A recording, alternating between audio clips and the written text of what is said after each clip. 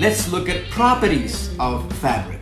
When we look at some basic properties of fabric, there are certain features which we have to consider, such as weight. W-E-I-G-H-T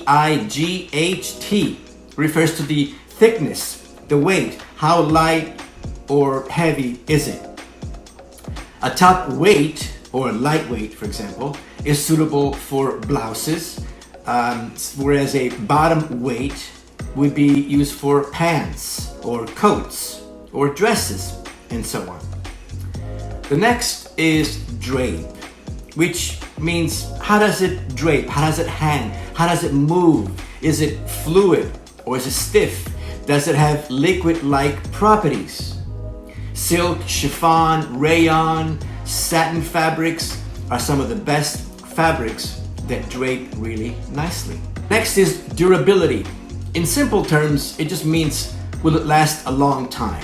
How long will this garment last before it's worn out and must be thrown away?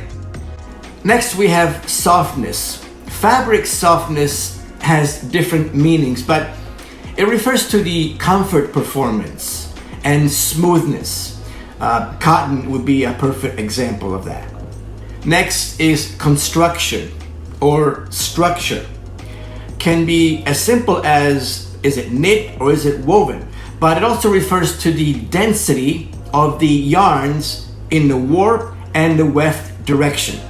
The tighter the weave, the more yarns you will use and the more expensive the fabric.